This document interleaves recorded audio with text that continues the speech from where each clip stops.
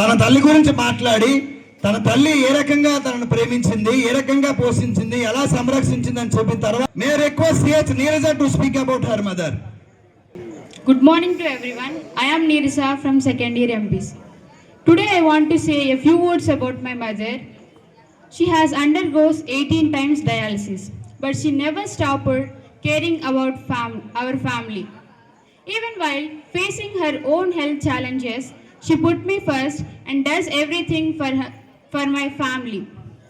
Her strength, love and sacrifice inspires me every day, and she taught me the value of courage, confidence and unconditional love. I feel truly lucky to have such a wonderful mother, and I promise to work hard and make her proud. Thank you, Mom, for everything you do for me. I love you and I will always grateful to you. ఇక్కడ నేను చెప్తున్నది ఏంటంటే, ఒక స్త్రీ 9 నెలలు తన గర్భంలో తన బిడ్డను మోస్తూ ఆ మోస్తున్నటప్పుడు తనపై ఎన్నో ఆశలు పెట్టుకుంటుంది. అలాగే ఆ ఆశల వెనుక ఎంతో కష్టం ఉంటుంది. సో ఎప్పుడైతే ఆ బిడ్డ బయటికి ఈ భూమి మీదకి వస్తుందో ఆ వచ్చినటువంటి బిడ్డ తనను చూసి చిరునవ్వుతో అమ్మ అని పిలవగానే అప్పటి వరకు తను పడిన కష్టాన్ని మొత్తం మర్చిపోతుంది. అలాగే ఆ పుట్టిన బిడ్డ కోసం ఏదైనా సాక్రిఫైస్ చేయడానికి రెడీ అవుతుంది. ఆవిడనే మనం అమ్మ అంటాం. అలాగే నా పర్సనల్ ఎక్స్పీరియన్స్లో చెప్పాలి అంటే, నేను పుట్టిన సుమారు 2-3 నెలలకి మా అమ్మగారికి 2 కిడ్నీస్ ఫెయిల్ అవ్వడం జరిగింది.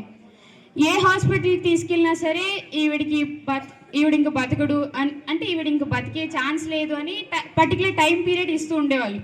ఆ తర్వాత మా ఫ్యామిలీ ఆవిడ్ని హాస్పిటల్లో అడ్మిట్ చేయడం జరిగింది. సుమారు 51 రోజులు ఆవిడ హాస్పిటల్లో ఉన్నారు.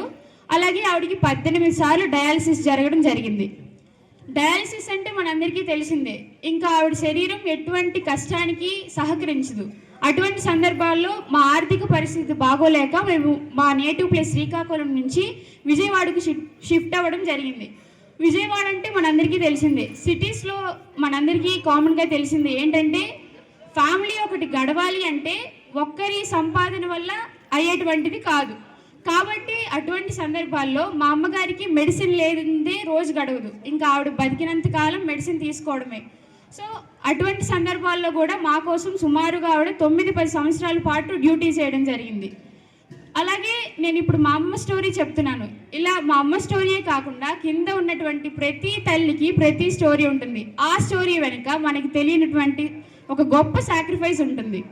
సో మనం చాలా దగ్గరలు చూస్తూ ఉంటాం, సింగిల్ పేరెంట్ అంటే తండ్రి చనిపోయిన వాళ్ళు. సో ఆ తల్లి ఇంట్లో ఆ పిల్లలకి తల్లి అవుతూ తండ్రి అవుతూ ప్రతి ఫైనాన్షియల్గా అన్ని పరాలుగా వాళ్ళకి అన్నిటిని అందిస్తూ ఉంటుంది. సో ఇటువంటి దగ్గర కూడా మనం తల్లి యొక్క రోల్ని చూడొచ్చు. అలాగే ఫైనాన్షియల్ మేనేజ్మెంట్, తండ్రి యొక్క బాధ్యత ఏంటి అంటే సంపాదించి తెచ్చి పెడతారు. అలాగే మన అమ్మ ఏం చేస్తుంది, దాన్ని అంటే మన ఇంట్లో ప్రతి ఖర్చుకి సర్దు పెడుతుంది. అప్పుడు ఆవిడ ఆలోచించవచ్చు కదా, ఆ డబ్బుని నేను తీసుకొని నాకంటూ నేను ఏదైనా ఖర్చు పెట్టుకోవచ్చని. కానీ అలా ఆలోచించదు, ఎందుకంటే నిస్వార్థంగా తన ఫ్యామిలీ కోసం కష్టపడడానికి, సాక్రిఫైస్ చేయడానికి ఎప్పుడూ రెడీగా ఉంటుంది. సో అందుకే అంటారు పెద్దలు, మాతృదేవో భవ, పితృదేవో భవ, ఆచార్య దేవో భవ, అతిథి దేవో భవ. సో ముందుగా మనం ఎవరిని సేవించాలి, ఎవరిని పూజించాలి అంటే మాతృమూర్తి, మనని కన్న తల్లి. మనం ఈ భూమి మీదకి రావడానికి కారణం ఎవరు? ఆవిడే. సో మనకి కనిపించినటువంటి దేవుణ్ణి శిల్పాలలో అలాగే విగ్రహాలలో అభిషేకాలు చేస్తాం, పూజలు చేస్తాం, అంటే ఆయన కాళ్ళ మీద పడతాం, పాదాలకి నమస్కరిస్తాం. అదే ఆ దేవుడే మన తల్లి రూపంలో మన ముందు తిరుగుతుంటే మనమందరం ఎందుకు గుర్తించలేకపోతున్నాం? సో నేను నా స్టూడెంట్స్కి చెప్పాల్సింది ఒకటే, దయచేసి మీ అమూల్యమైన సమయాన్ని మీ తల్లిదండ్రులకి కేటాయించండి. అలాగే మీరెంతటి ఉన్నత స్థానానికి వెళ్ళినా సరే మీ మొదటి అడుగు మీ తల్లి అని మర్చిపోకండి. నాకు ఈ అవకాశం ఇచ్చినటువంటి పెద్దలకు, తల్లిదండ్రులకు అందరికీ నా శిరస్సు వంచి నమస్కరిస్తూ ధన్యవాదాలు.